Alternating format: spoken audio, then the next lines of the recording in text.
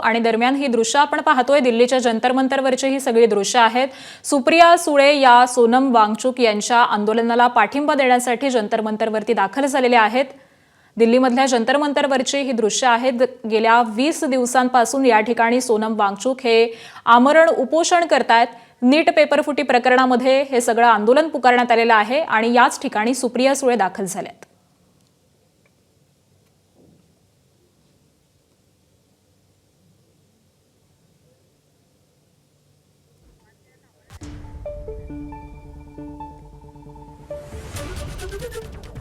तर इतरही विरोधी पक्षांच्या नेत्यांनी जंतर मंतरवरती या आंदोलनाला आपला पाठिंबा दर्शवलेला होता। अनेकांनी या ठिकाणी जाऊन सोनम वांगचुक यांच्याशी चर्चा देखील घेतलेली होती, त्यांची भेट देखील घेतलेली होती।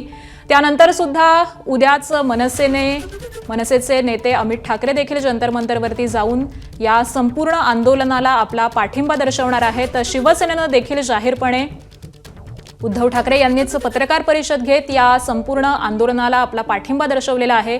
वंचितचे नेते आंबेडकर देखील जंतर मंतरवरती जाऊन सोनम वांगचुक यांची त्यांनी भेट घेतलेली आहे। त्यामुळे अशाच पद्धतीने आता विरोधी पक्षांचे अनेक महत्त्वाचे नेते हे जंतर मंतर या ठिकाणी जाऊन या आंदोलनाला आपला पाठिंबा दर्शवतात आणि सुप्रिया सुळे पोहोचलेल्या आहेत।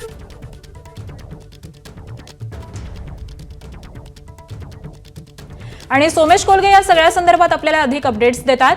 सोमेश, सुप्रिया सुळे आणि सोनम वांगचुक यांच्यामध्ये सध्या चर्चा सुरू असल्याचं कळतंय, काय नेमकी चर्चा सुरू आहे?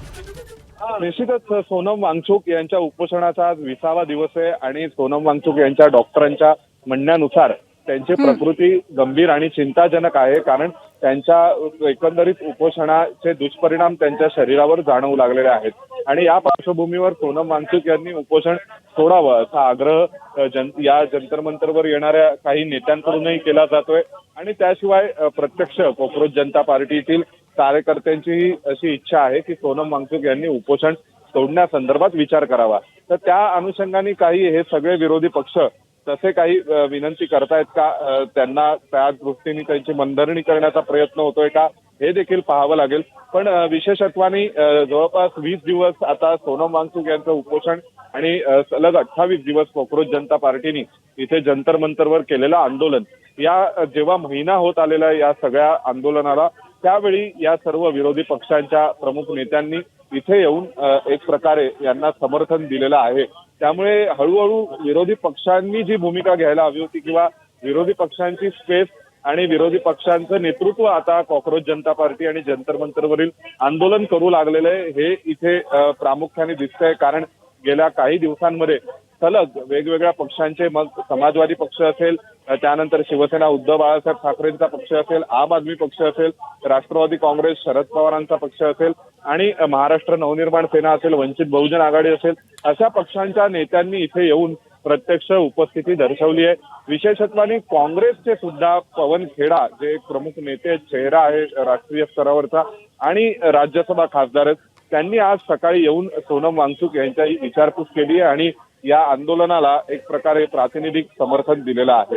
त्यामुळे आता इंडिया आघाडीतील सर्वच पक्ष हे कॉक्रोच जनता पार्टी सोबत या आंदोलनामध्ये समर्थन देत आहेत। या ज्या जो कॉक्रोच जनता पार्टीने उभा केलेला सरकार विरोधातला लढा आहे, त्या लढ्यामध्ये सहभागी व्हायलाही एक प्रकारे हे सगळेच पक्ष प्रत्यक्षरित्या सहभागी होत आहेत असं आपल्याला म्हणावं लागेल।